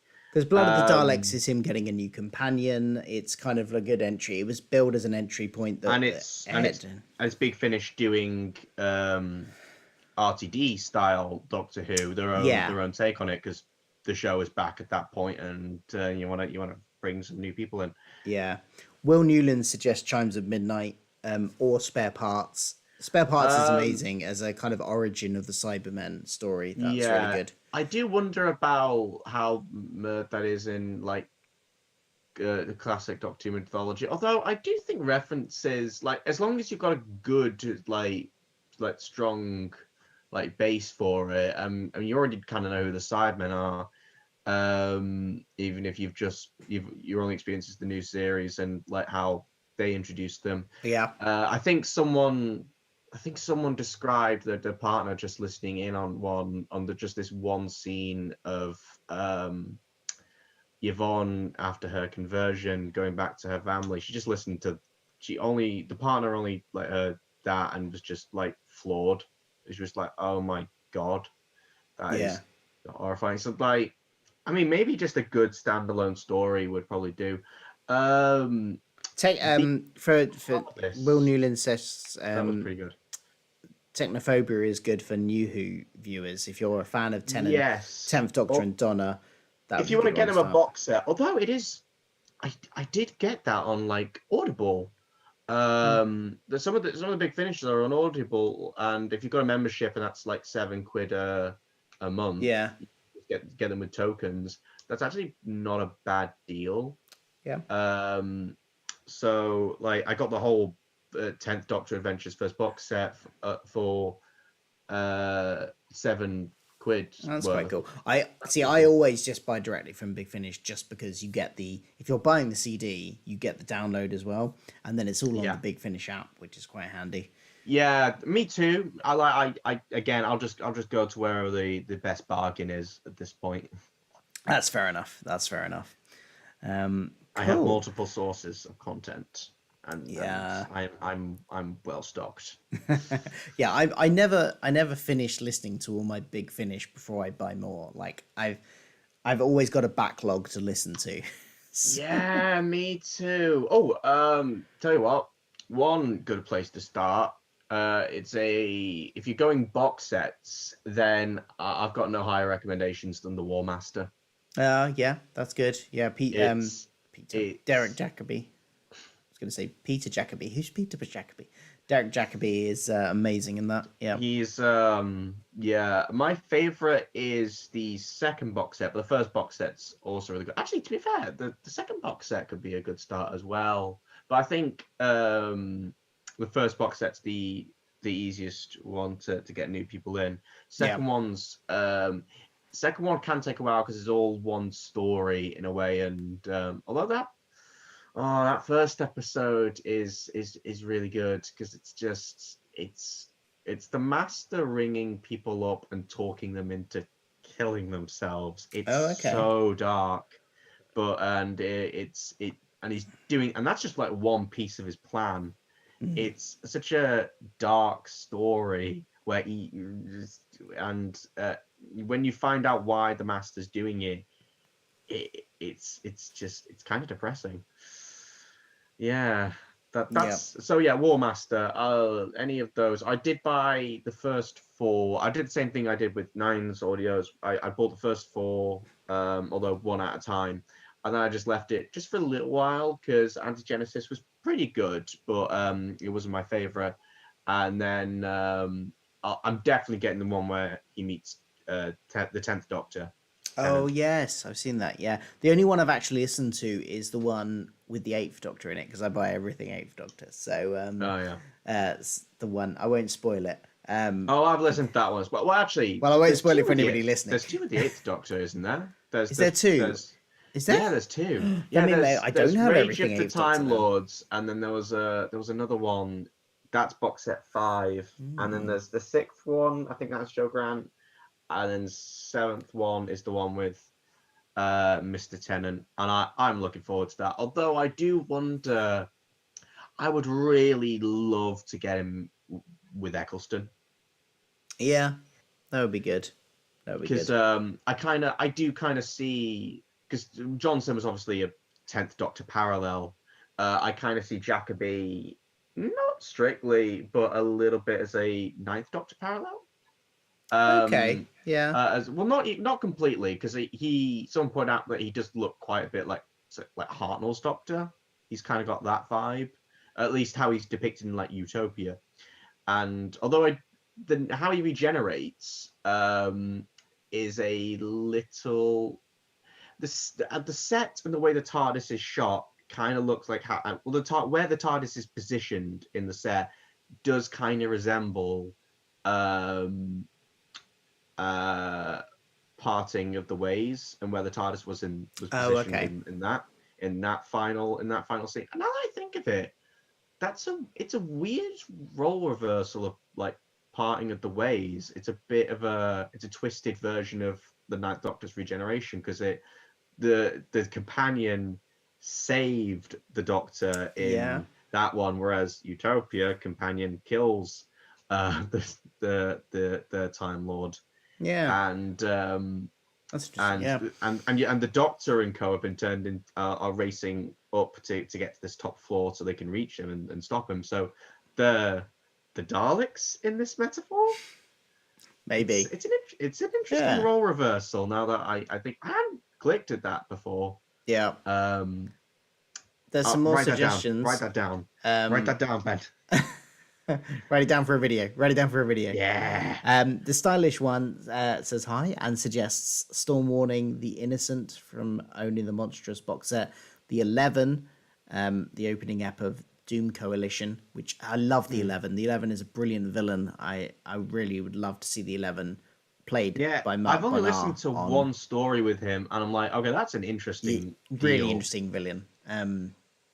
The 11, if you don't know, anybody listening, is a Time Lord that has all of their previous personalities, all 10 previous personalities. They are the 11th incarnation in their head as a kind of like split personality thing. So they've got all the voices of their past incarnations in their head, all evil. Well, most of them are evil, apart from like one who's a good guy. And it's the most interesting thing, and it's played brilliantly by Mark Bonar, who is fantastic in the role. What else is the stylish one has also suggested the Harvest, City of Spires, the Yes Men, Damaged Goods, and the Fourth Doctor Adventures Series 8. That's the one with Ann Kelso, isn't it? Yeah, I think I got Fourth Doctor Adventures Series 8. It does. Isn't that also Series 8B? Isn't that also Sutek? I think. I'll have to have a look. If it's the one I'm thinking of, it's Fourth Doctor Adventures. My microphone is in the way of me typing. Doctor Adventures Series 8. Oh yeah, so it's no, not Sutek. But it's got like the Syndicate and stuff. It's got Ann Kelso. There's some spoilers here. No, I'm just gonna say Ann Kelso for the moment. I won't get the spoilers because in case anybody watches it. But I'm trying to hook people in, and you're giving spoilers. Don't want to give spoilers away. Rule 1 of Big Finish: don't talk. And it's hold on, I'll get the image up. Let me see. It might take a few minutes for it to appear. Where is it? Let me see if I can add it. The Harvest is a good shout out. I think that was one of the ones being argued as a jumping on point in Battles and fandom. Who argued Harvest? Or am I remembering wrong? I don't know. Not sure. So I brought up for those that have got to that point on the stream. I brought up the image of Series 8, Fourth Doctor Adventure Series 8. So it's Jane Slavin playing a new companion who is initially from the 1970s. I did listen to this. It's the only. Oh right, that one. Yeah. It's Oh, I think I'm remembering one. I think I got Series 7 oh, or okay. something. I'll have to check. Have you listened to this one? No. It's really I good. have only got the. I've not listened. I've only listened to very early Fourth Doctor adventures, like the Renaissance Man. I think was the one I Oh yeah. listened to. Um. It's like Oh I don't usually buy the Fourth Doctor stuff, to be honest. Not because I don't like the yeah. Fourth Doctor, I mean, just there's because I already have so to much of him on stick. TV. Yeah, and So I have to, got limited funds, got to stick with somewhere, so I tend to stick with the Eighth Doctor.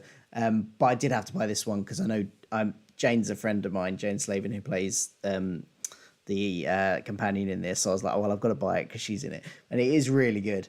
And I really enjoyed that, and it's got a great twist in it, but I won't spoil. But it is really good. I definitely recommend checking it out. This so and part yeah. two. The Harvest as well. That was that's a cool that's a cool recommendation.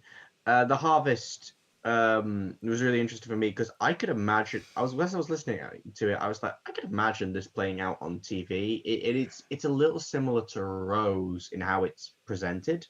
Mm. Like you could have imagine if I almost imagine it from like an alternative universe where where the TV movie never happened, and they just sort of brought back Doctor Who around a similar time. And they just brought back Sylvester McCoy, Sophie Aldred, and decided to give them another companion who's going to be sort of an audience identification point. That's kind of what it and everyone, yeah, that's kind of how it feels, and it does soft reboot Seven and Ace after all because they've done there's been the Virgin New Adventures, there's been some Big Finish stuff. So it does kind of soft reboot them and give them a place to go forward, which I appreciate as a way to just like ground me because all the wilderness years continuity it can be a bit much. I like knowing where I am sometimes. Yeah. So yeah, that was a yeah, it was just really good. Ace is really interesting in that one as well, especially how she is in the seven in the seven Ace and Hex stuff. She reminded me a little bit of Clara almost. She's more of a kind of a lieutenant to the Doctor in a way, if we're using Okay. that metaphor. She's been here a while, so she knows how it works. Yeah. And Clara in Series 8, it does remind me of where she's been here for a while. She's no longer, the kid that she was when she was traveling with him. She's a bit older and she can like take care of herself in a situation, but she does still answer to the Doctor, and it's the Doctor coming up with the plan. Yeah. And Hex is the newbie, and I love Hex. I need to listen to that so after the likeable. Eighth Doctor stuff. That's always been my kind of plan, that I will get the stuff set after Survival with the Seventh Doctor, and then go through that stuff. I tried and use the wiki as a thing. I tried to create a guide. I tried to create a guide. I love that using sort of all stuff. Yeah. I got paint, and I just like got all the like pictures of the audio CDs and got, okay, so we've got the lost stories that they did for the series that never happened. Okay, you've got them, and then you've got a few Big Finish ones, and then you've got the adaptation of the two Virgin Adventures where they split up, where they get back together, and then they go on to Hex. Yeah. And I'm like, no, stop it then. See, you'll probably like this then. What I used to do when I had a lot less stuff to put on shelves, like DVDs, Big Finish, I have a lot more of it now, and I don't have room to do this anymore. But many years ago, I used to try and arrange my bookshelves with everything in Doctor chronological order. So I would have the DVD, and then I'd have any books that were set and audios that I owned that were set between that DVD and the next DVD. Between them on the shelf. That's how I've got my shelves kind of set up. I mean, Yeah. I've got my Classic Who ones all in order. I think I've got most of the old show up here. And then it gets to Revival, and I've got a shelf just in between for like some of the Wilderness Years books I've been collecting. Yeah. That I should probably really read at some point because I was in a bidding war for a couple of them. I have about 200 Doctor Who novels which I have not read. So you're not alone there with having loads of books you haven't read. Yeah, but were you in a bidding war for both parts? Interference is broken up into like two different parts, and they're both expensive. And I'm trying to remember when I got Curse you, Lawrence Miles. I think I got Interference probably about 15 years ago, so it wasn't as bad. I think I didn't pick them up for that bad a price. I think I picked them up for like somewhere between £5 and £10 each, not like hideous or anything. Oh, well, that's fine. Yeah. Yeah, I've been going backwards. The only one I've really got any headways into is Alien Bodies. Oh yeah. I do need to pick up my run through of the Eighth Doctor novels, because I started it like in 2005. I started with the Eight Doctors. So what's that? 15 years ago? No, more than that. 17 years ago. 2005. I started reading them. You've been with this guy for a while. Yeah, exactly. I read the Eighth Doctor, the first of the Eight Doctor novels, and then I for a while I was reading them quite regularly, and then I dropped off for a couple of years, and then I picked them up again, and I kind of fell off for quite a few years, as you can guess by the fact that we're now in 2022, 17 years later, and I still haven't finished the range. But I've got a load of them. I just need to get around to. I did read one of them last year, so I read Parallel 59 last year. That's where I'm up to. Oh, nice. And I need to read the next one now. So I need to pick that back up and actually finish that range. Nice. But so I'll get to it eventually. Because I've heard wild things about the Eighth Doctor books. Some good things, some bad things. Even early on. I mean, it is funny just getting sort of like quote unquote shared wisdom among like veterans from this point or on, who have like just all the fans going, oh my god, everyone at the pub was so mad at this guy for writing this thing. Oh my god, you wouldn't believe. Yeah. And to be honest, reading the description of like one of them, I was like, yeah, like it didn't make me angry or anything. I kind of laughed. I was like, really? Well, it wasn't the last Virgin New Adventures novel, I think, was an Eighth Doctor novel.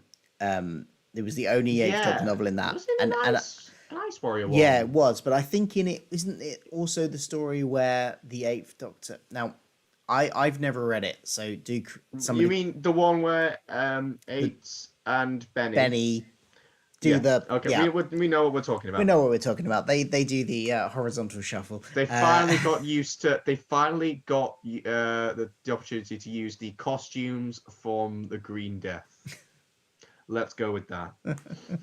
So yes, yeah. Yeah, so they definitely did some wild stuff. Like we said earlier, in the Wilderness Years, they pushed things a bit, sometimes too far, but I mean, yeah, definitely. Now? I mean, this at least tracks. I mean, now we know the Doctor's got a thing for archaeologists. That is true. Have you listened to the Big Finish where Benny and River meet?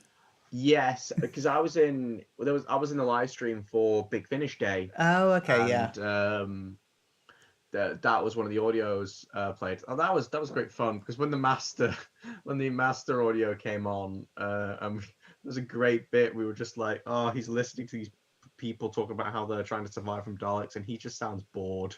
Yeah, it's a great Jack. He's just great. I'm gonna just quickly acknowledge, because he's posted it in, or they've posted it in. Sorry, I don't know your gender. Doctor Who's Magical Entertainment. You've posted in the fact that the Thomas wallpaper is featured in the Only Fools and Horses episode Miami twice. So there we go.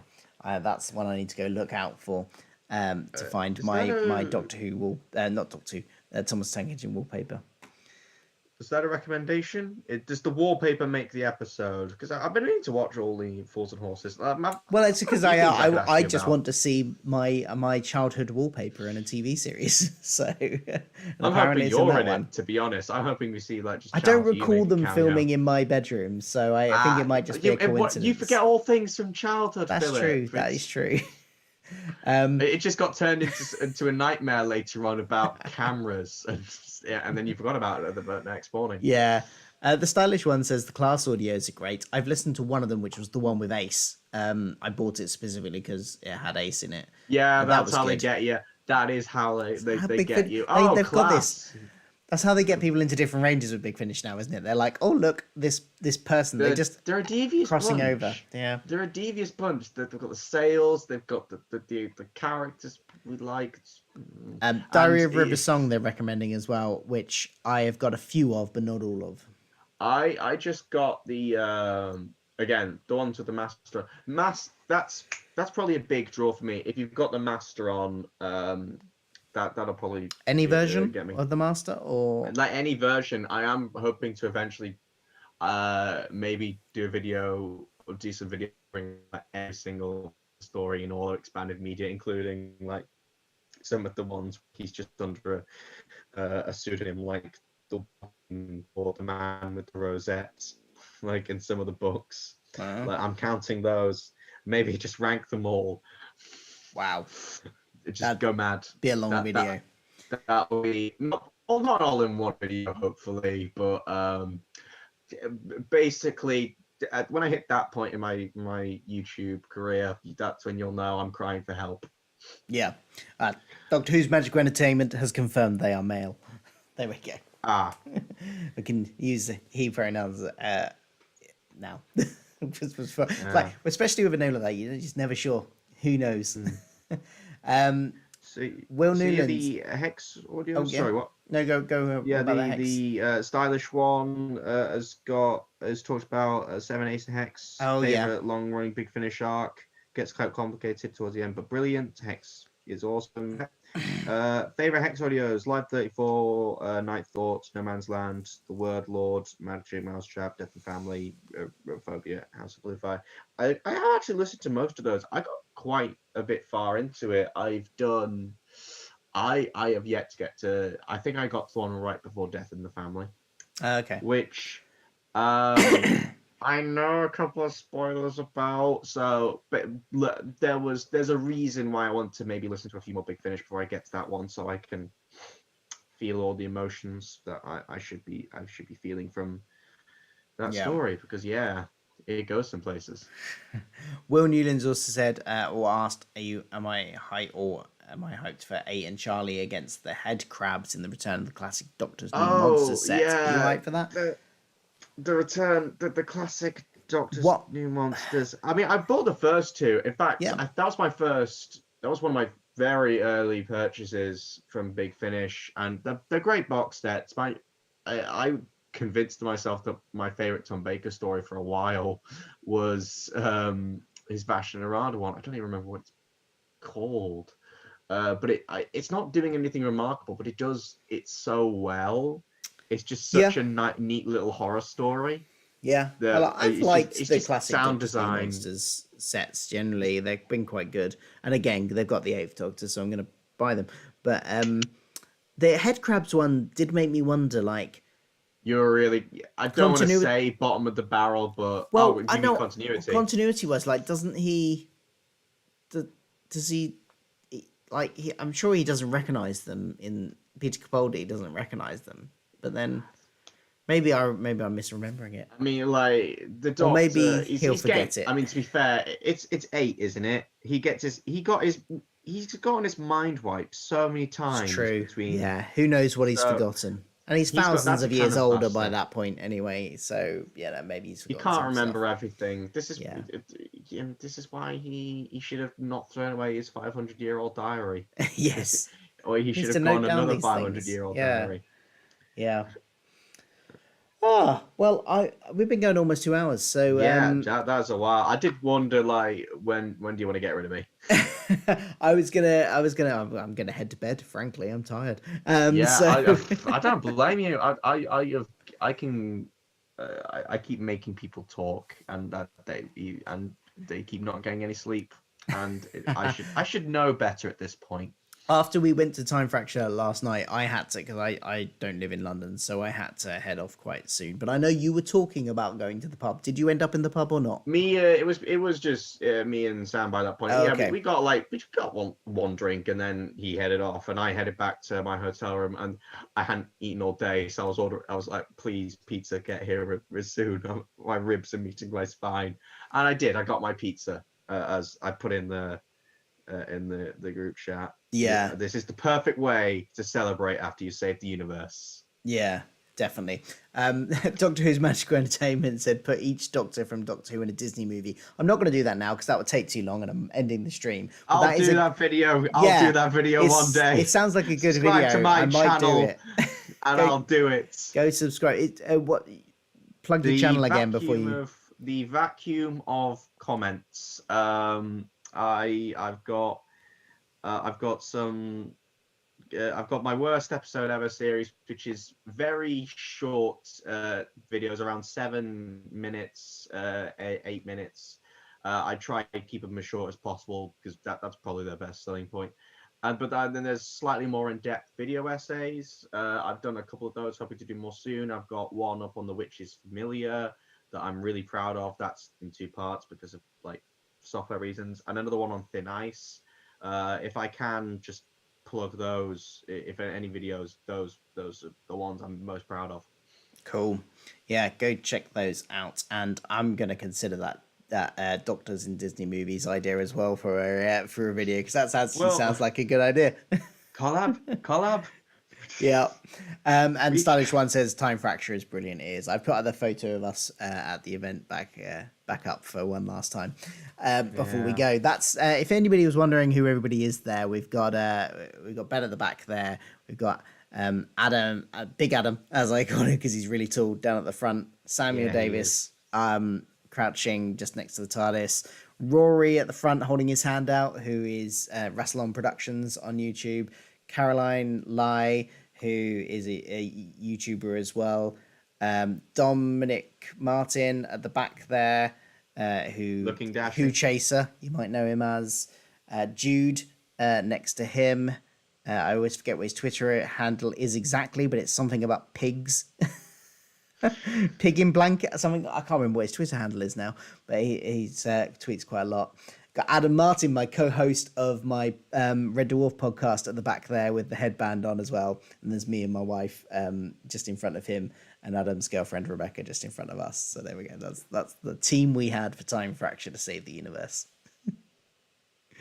There we go. Cool. Well, thank you everyone for watching. I'll be back on the first Thursday of next month, hopefully. I didn't do one last month because I was in a play, so I was busy. But this hopefully I'll be back next month for another one, for another chat of, I don't know, anything.